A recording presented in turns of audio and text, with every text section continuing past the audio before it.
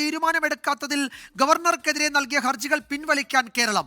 ഹർജികൾ ഫലപ്രദമല്ല എന്ന് വിലയിരുത്തിയാണ് തീരുമാനം. ഹർജി പിൻവലിക്കുന്നതിനെ കേന്ദ്രം എതിർത്തു. ആർ അച്യുതൻ ഡൽഹിയിൽ നിന്ന് വിവരങ്ങൾ നൽകും. അച്യുതൻ, എന്താണ് ഈ നാടകീയ നീക്കത്തിന് പിന്നിൽ?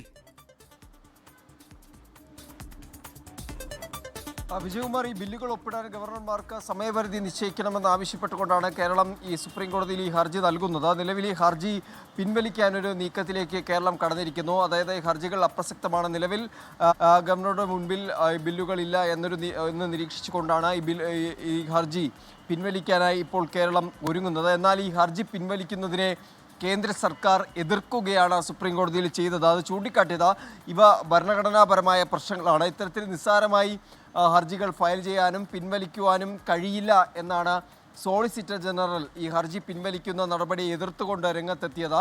എന്തായാലും ഹർജികളിൽ തീരുമാനമെടുക്കുന്നതുമായി ബന്ധപ്പെട്ട ചൊവ്വാഴ്ച ഇത് പരിഗണിക്കുന്നതിനായി മാറ്റിയിരിക്കുകയാണ്. ഈ ഹർജി പിൻവലിക്കുന്നതിനെ കേന്ദ്രം എതിർക്കുന്നത് വിചിത്രമാണെന്ന് കേരളം ഇന്ന് വാദിക്കുകയുമുണ്ടായി. മുതിർന്ന അഭിഭാഷകൻ വേണുഗോപാലാണ് കേരളത്തിന് വേണ്ടി ഹാജരായത്. എന്തായാലും ഈ ഹർജി, അതായത് ഈ ബില്ലുകളിൽ തീരുമാനമെടുക്കാൻ ഗവർണർമാർക്ക് സമയപരിധി നിശ്ചയിക്കണമെന്ന് കേവലം ഒരു സാങ്കേതികമായി നൽകിയ ഹർജിയോ സാങ്കേതികമായി അത് പിൻവലിക്കാനുള്ള തീരുമാനമോ ആയിരിക്കില്ലല്ലോ.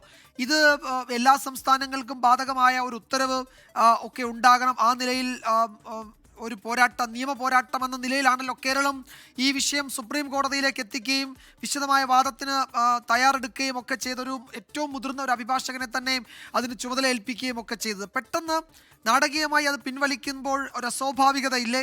അത് കോടതി എന്തെങ്കിലും പരാമർശം, ഈ കേരളത്തിൻ്റെ ഈ പിൻവലിക്കൽ തീരുമാനത്തോട് എന്തെങ്കിലും നിരീക്ഷണം കോടതിയിൽ നിന്നുണ്ടായോ?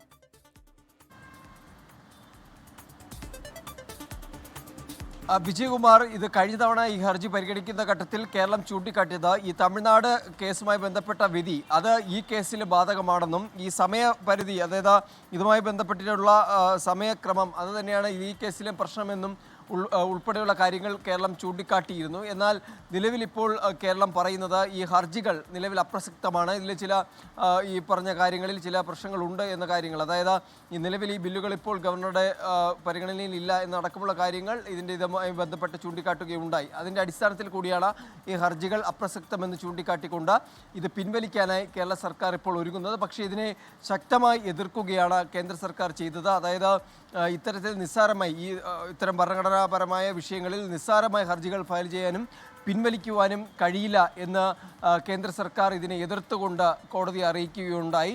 എന്തായാലും തീരുമാനം ഉൾപ്പെടെ അതായത് കേരളത്തിൻ്റെ ഈ ഒരു ആവശ്യം, പിൻവലിക്കാം എന്നൊരു ആവശ്യം ഉൾപ്പെടെയുള്ള കാര്യങ്ങളിൽ തീരുമാനമെടുക്കാനായി ഈ ഹർജി പരിഗണിക്കുന്നത് അടുത്ത ചൊവ്വാഴ്ചത്തേക്ക് മാറ്റിയിരിക്കുകയാണ്. എന്തായാലും ഹർജി പരിഗണിക്കുമ്പോഴായിരിക്കും ഇത്തരത്തിൽ ഹർജി പിൻവലിക്കാൻ കേരള സർക്കാരിന് കഴിയുമോ അതോ കേന്ദ്രം ഇതിനെ എതിർത്ത് നടത്തിയിരിക്കുന്ന വാദങ്ങൾ ശരിവെച്ചുകൊണ്ട് ഏതെങ്കിലും തരത്തിലുള്ള നടപടികളിലേക്ക് കൂടി സുപ്രീം കോടതി കടക്കുമോ എന്ന കാര്യത്തിൽ വ്യക്തത വരിക. വിജയകുമാർ.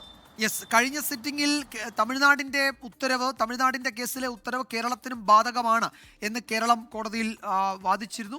അത് പരിശോധിക്കാമെന്നാണ് അന്ന് ഈ ഹർജി പരിഗണിച്ച ബെഞ്ച് വ്യക്തമാക്കിയത്. തമിഴ്നാടിൻ്റെ വിധി കേരളത്തിന് ബാധകമല്ല എന്നതായിരുന്നു കേന്ദ്ര സർക്കാരിൻ്റെ അന്നത്തെ നിലപാട്. ഇതിൽ വിശദമായ വാദം കേൾക്കാൻ തയ്യാറാണെന്ന് സുപ്രീം കോടതി വ്യക്തമാക്കുകയും ചെയ്തു.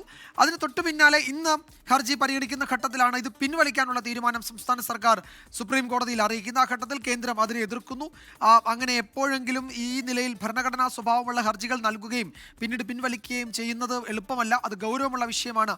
അത് അനുവദിക്കരുത് എന്ന് കോടതിയിൽ പറയുന്നു. അപ്പോൾ എന്താണ് ഇത്തരമൊരു നാടകീയമായ തീരുമാനത്തിന് പിന്നിലെന്നത് അറിയേണ്ടതുണ്ട്. കൂടുതൽ പ്രതികരണങ്ങൾ ആ വിഷയത്തിൽ വരേണ്ടതുണ്ട്.